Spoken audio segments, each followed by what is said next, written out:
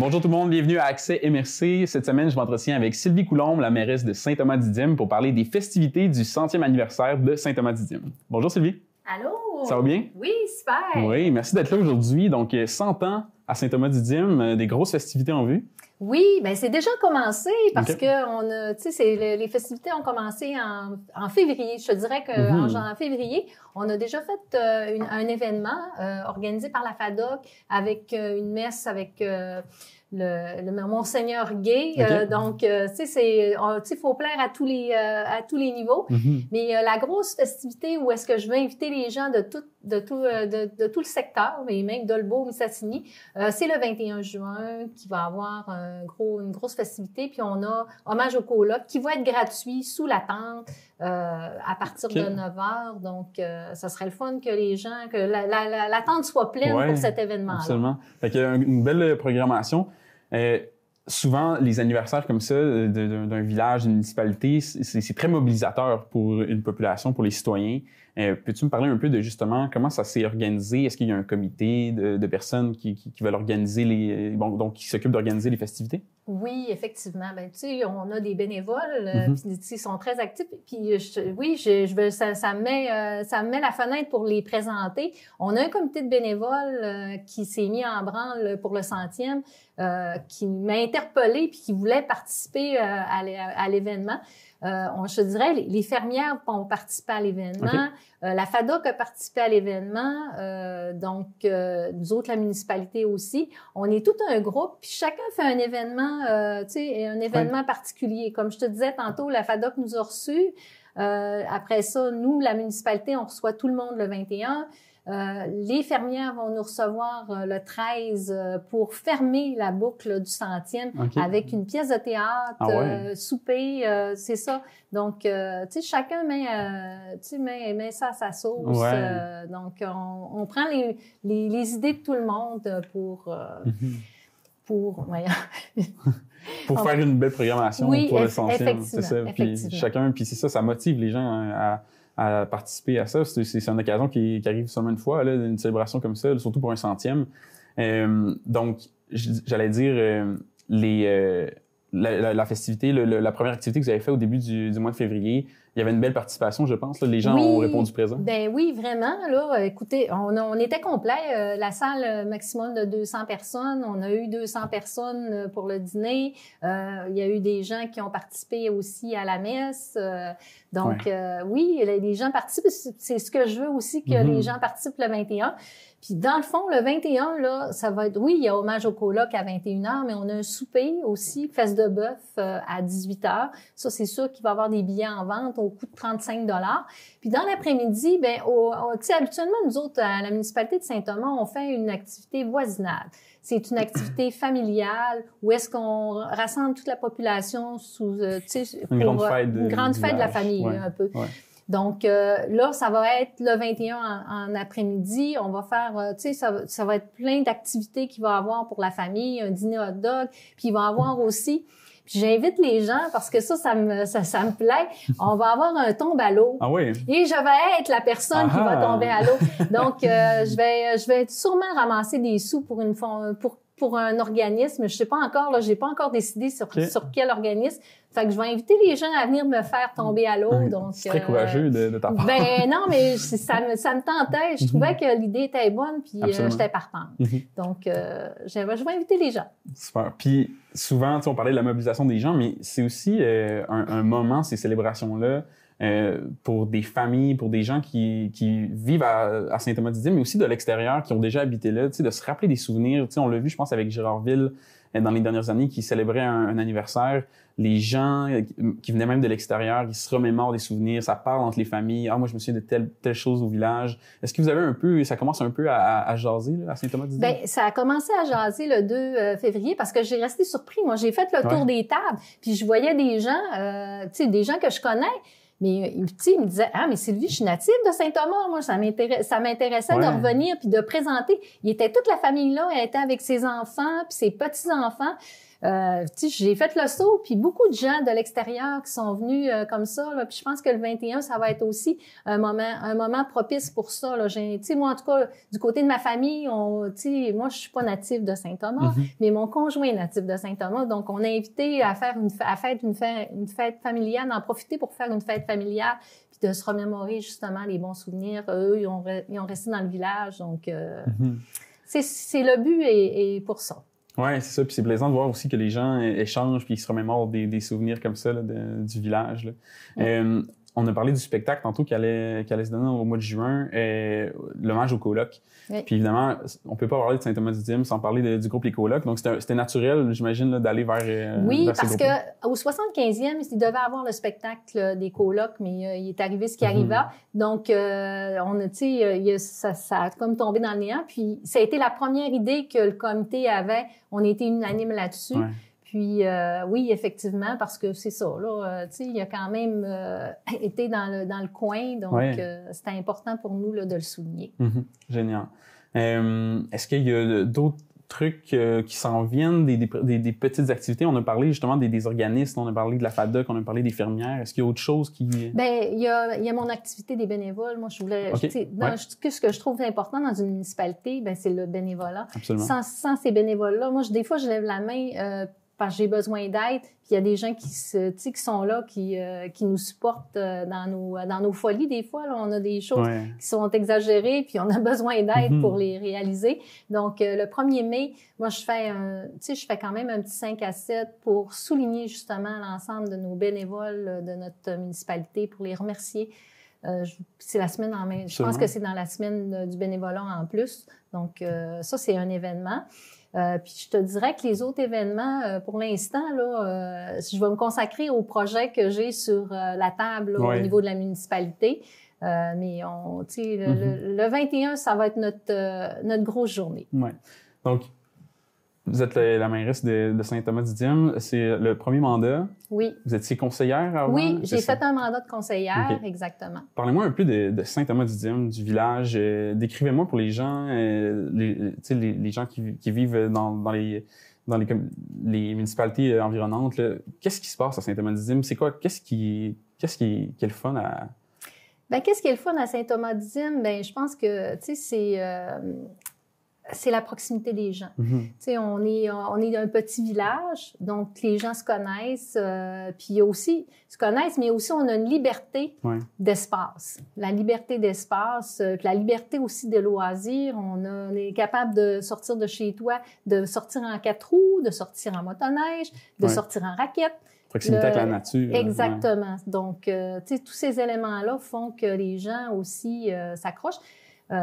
J'ai justement posé la question à des personnes, j'aime ça, moi, aller rencontrer les gens quand c'est des nouveaux arrivants. Je vais leur porter un panier là, avec des trucs pour leur donner de l'information, là, soit sur les poubelles ou peu importe, là.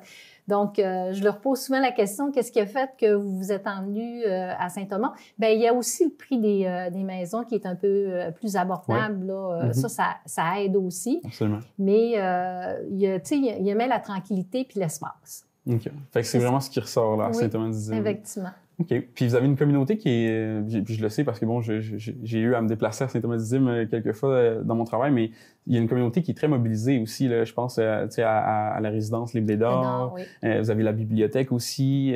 Vous avez votre école aussi, là. Donc, il y a la jeunesse, puis il y a aussi, les deux générations là, qui se cohabitent. Oui, exactement.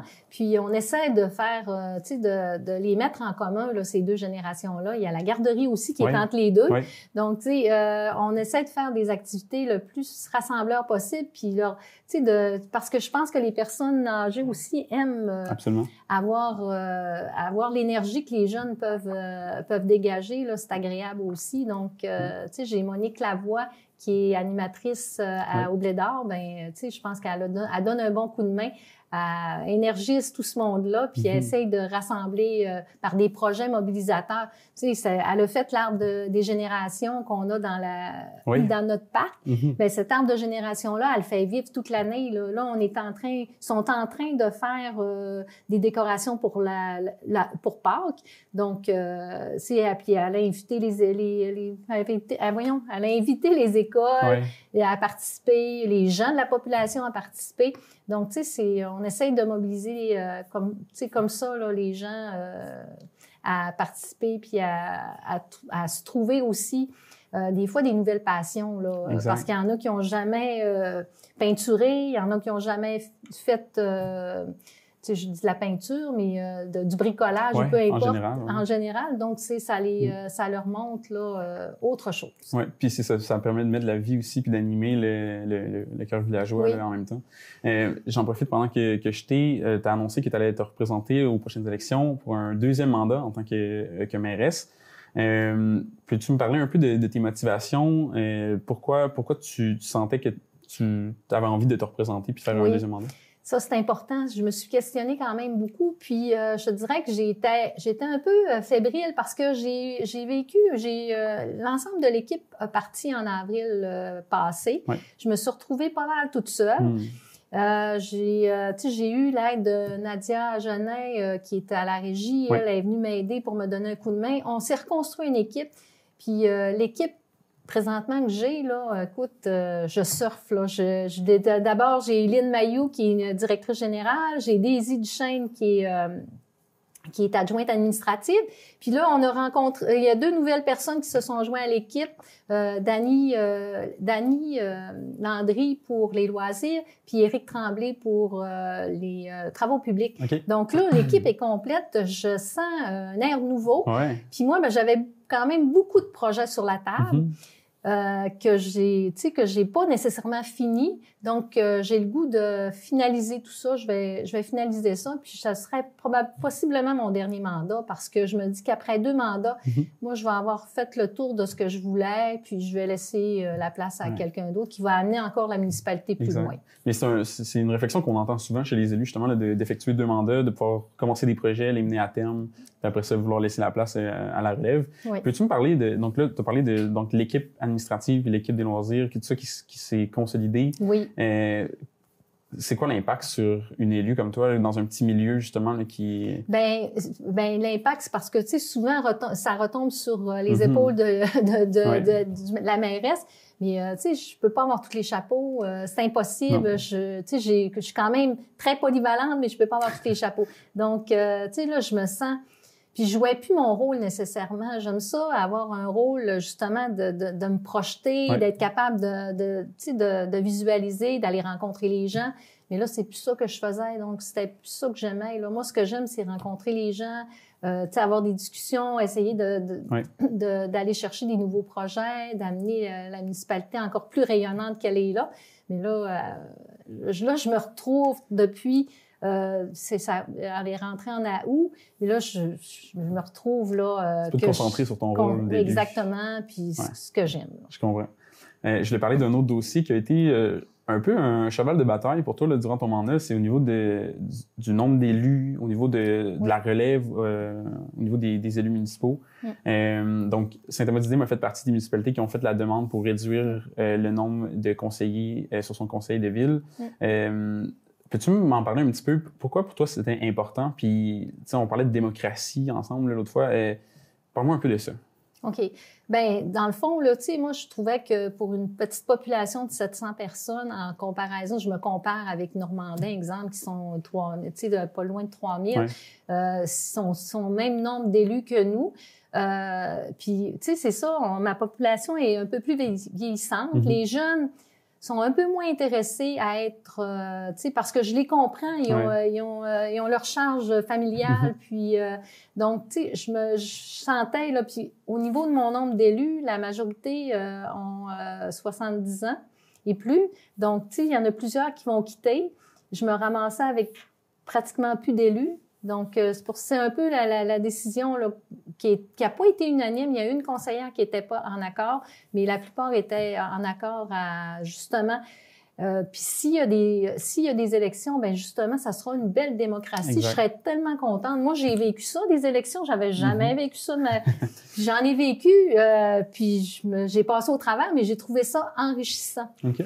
Mais puis les personnes ont choisi, là, tu te sens choisi ouais. par la population. Donc, tu sais, c'est différent. T'es bien assis sur ton siège. Exactement. Exact. Est-ce que tu peux me parler un peu du rôle d'élu? Parce qu'on entend plein de choses sur, tu sais, avec les élections qui s'en viennent justement, sur le rôle d'élu. Il y a un peu je dirais pas de désinformation, mais tu sais, les gens ont une idée de ce qu'un élu fait, des fois qui est peut-être pas exact. Comment on peut motiver les gens justement à vouloir se présenter? Puis quelle image on peut donner là, du rôle d'élu?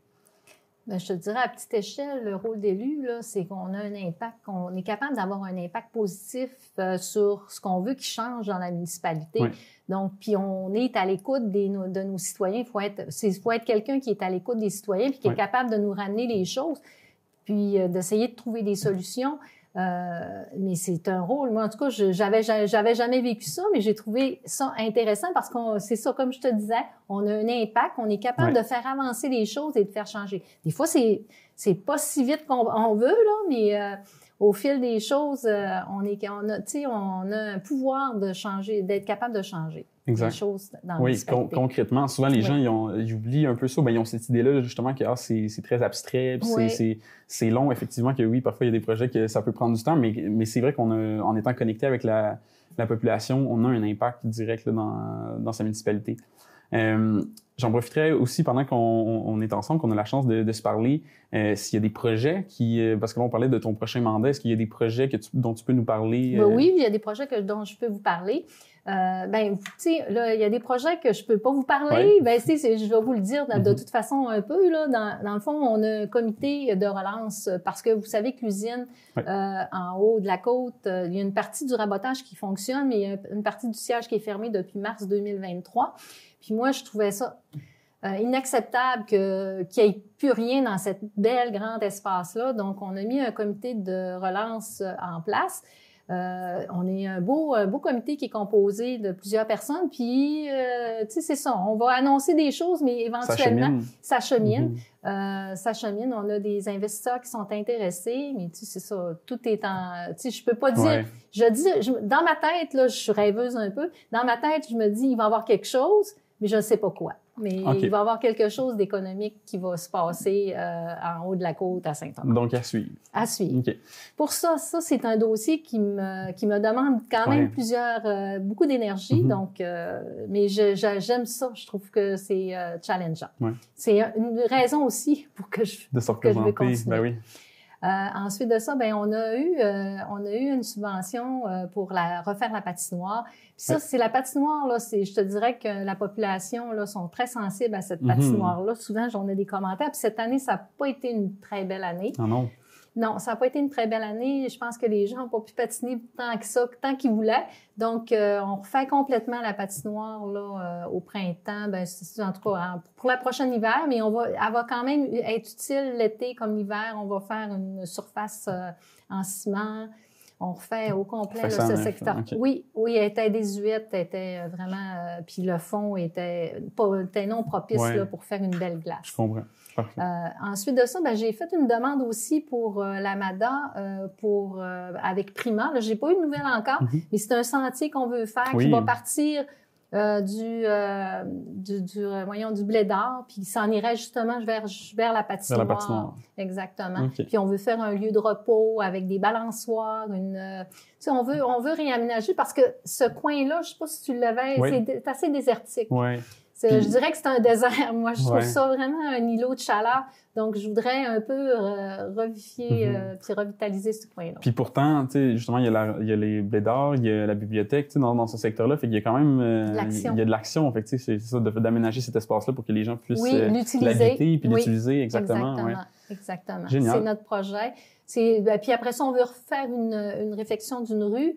Puis j'ai le projet aussi de faire la route au niveau du lac Adjim, mais c'est en balbutiement. C'est Il faut quand même faire un montage financier. Il y a bien des étapes à passer avant de passer à l'action. Je comprends. Parfait. Fait que de beaux projets pour un deuxième mandat. On va suivre ça de très près. En terminant, peut-être rappeler les dates pour les activités du 100e. Oui, donc je rappelle les gens, c'est dans le fond le 21 à partir de midi, dîner hot dog, toute l'après-midi, une après-midi familiale avec plein d'activités, de jeux. Il y a un souper fesse de bœuf. Après ça, le spectacle à 9h, hommage au coloc, suivi d'un DJ. Là, on devrait se coucher aux petites heures du matin. Génial. Fait qu'on vous souhaite de belles festivités. On espère que la population va être au rendez-vous puis ça va être un beau moment là, pour se rassembler tout le monde ensemble. Merci beaucoup. Merci Vincent de m'avoir invité. C'est apprécié. Ça fait plaisir. On se dit à la semaine prochaine. Merci d'avoir écouté Accès MRC. Bye bye.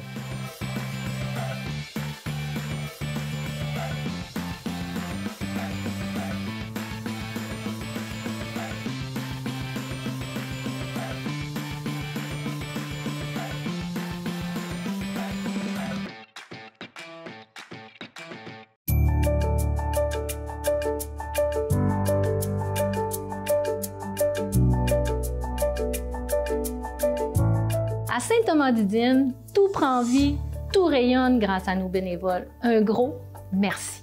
Nous, on est en couple dans la vie. C'est sûr qu'on a des implications de couple en tant que bénévole, mais aussi chacun a des implications individuelles. Beaucoup de gens s'ennuyaient chez eux à la retraite. Moi, au contraire, j'ai sorti puis j'ai rencontré beaucoup de gens. Puis je me disais, un sourire, un mot pouvait faire une grosse différence dans la vie de ces gens-là. Fait que j'étais contente de pouvoir leur donner ce petit souffle-là, peu importe la grosseur. Je me dis, c'est pas la quantité qui compte. Moi, le bénévolat, je considère ça comme un loisir. Parce que ça occupe ton temps, ça rend service aux autres. Donner, c'est toujours plaisant. Ça me donne l'impression de participer à la vie citoyenne de ma paroisse, de rencontrer des citoyens vraiment intéressants. Quand on fait des choses ensemble, c'est pas toujours, on n'est pas sur toujours sur tous les mêmes comités, mais quand on fait des choses ensemble, ça rapproche le couple aussi. Le bénévolat, ça me valorise, je me sens utile à la population. Je trouve ça plaisant de m'impliquer dans des comités qui dynamisent le milieu. Pour moi, le cercle de fermière, ma passion première, c'est le tissage. Donc, c'est un partage de connaissances avec nos amis fermières. Le bénévolat, moi, ça me fait sortir, puis ça me permet d'aider les autres. Puis en plus, j'ai été 45 ans bénévole à la bibliothèque, dont 25 ans de présidence. Le bénévolat, ça me prend de comprendre la culture. Bien, ça me fait toujours plaisir de donner, parce que moi, là, j'aime bien mieux donner que recevoir. Ça me valorise. Je fais du bénévolat depuis que j'ai 14 ans.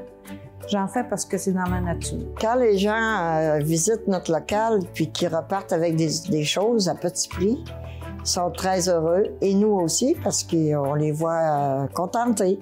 Quand j'ai pris ma retraite, je suis retombée dans mes anciennes amours. Il y a 42 ans, Madame Laurando, la mairesse, et moi avions ouvert le Bon Samaritain. À ma retraite, je suis revenue faire du bénévolat.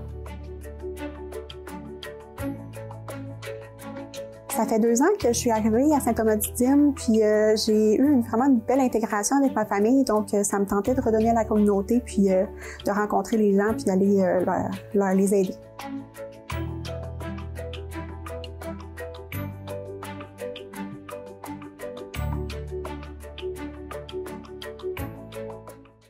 Ben moi, c'est ça, Marc-André Lapointe de la ferme Lapointe. C'est l'entreprise familiale, dans le fond, là, que mon grand-père avait parti dans les années 70. On a toujours été dans la production de moutons, dans le fond. C'était au départ une production laitière que lui a transformée en production ovine, qu'on appelle les moutons. Depuis ce temps-là, ça a toujours resté. À l'heure actuelle, c'est ça, on est 3 sociétaires. Moi, mon oncle Jimmy, mon grand-père. On a aussi 3 employés là, qui travaillent à temps plein avec nous toute l'année. Puis les 2 enfants de Jimmy aussi, Thomas et Sarah, là, qui sont rendus à 16 ans et 18 ans, qui travaillent plusieurs fins de semaine quand ils sont pas à l'école. Puis l'été, là, pratiquement à temps plein, pas mal, tout pour les 2. Dans la production, dans le fond, on produit de la viande principalement pour le grand marché, si on veut. On a un contrat de production avec une agence d'agneaux lourds là, qui est à la grandeur du Québec. Puis on a un petit marché de proximité aussi. Là, une partie de la viande d'agneau qu'on produit, là, on la ramène en région. Puis on la fait transformer, là, débiter, etc. Produits transformés aussi. On travaille en collaboration avec une entreprise d'ici, là, les Banquets Francis. C'est M. David Séguin et sa femme là, qui pilotent ça. À l'achat local, pour moi, c'est avoir accès directement au savoir-faire de l'entrepreneur et de l'entreprise. Il n'y a pas d'intermédiaire, donc autant pour moi d'aller acheter chez un commerçant, je peux parler directement au patron, je peux parler directement au fabricant,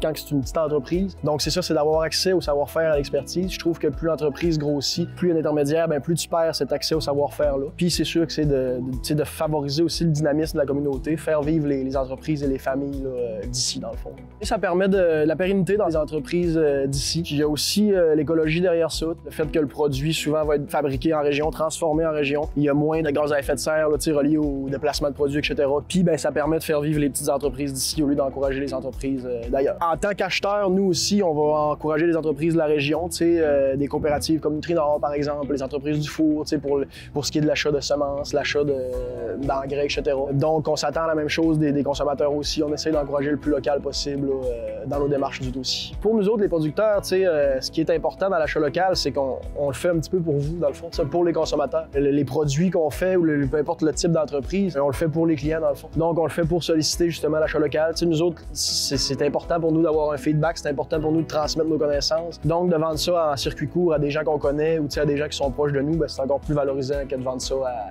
monsieur, madame, tout le monde. Fait que c'est pour ça que j'encourage tout le monde à acheter local pour faire des fêtes, puis aussi à longueur d'année. L'achat local, c'est un gros plus pour nous.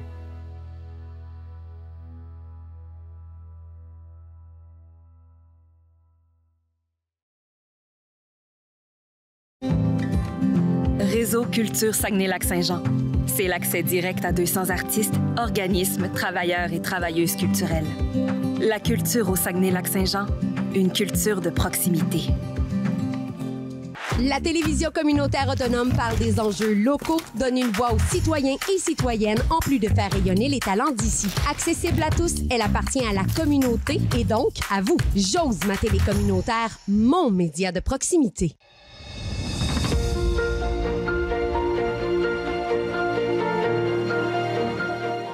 Moi, c'est Lydia, j'ai 27 ans, je viens du Saguenay, puis je suis éducatrice spécialisée. Je suis venue rester au pays des Bleuets, la proximité de la forêt, puis le mode de vie. Puis mon but, c'est de m'établir ici, éventuellement m'acheter une petite maison avec mon chien. Le monde est accueillant. Puis j'aime que mes passions soient très accessibles, la pêche, la chasse. Ce que j'aime le plus, c'est que, regarde, je suis venue travailler, je prépare mes affaires, 5 minutes plus tard, je suis dans le bois puis je pêche. Ce qui me faisait le plus peur, c'est de m'éloigner de ma famille. Puis finalement, en arrivant ici, je me suis fait des amis qui sont devenus un peu comme ma famille. Ah oui, je leur offrais déménager au pays des Bleuets, c'est la plus belle décision de ma vie à date.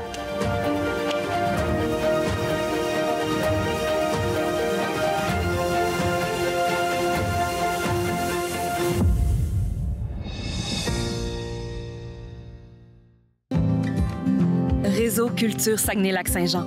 C'est l'accès direct à 200 artistes, organismes, travailleurs et travailleuses culturelles. La culture au Saguenay-Lac-Saint-Jean, une culture de proximité.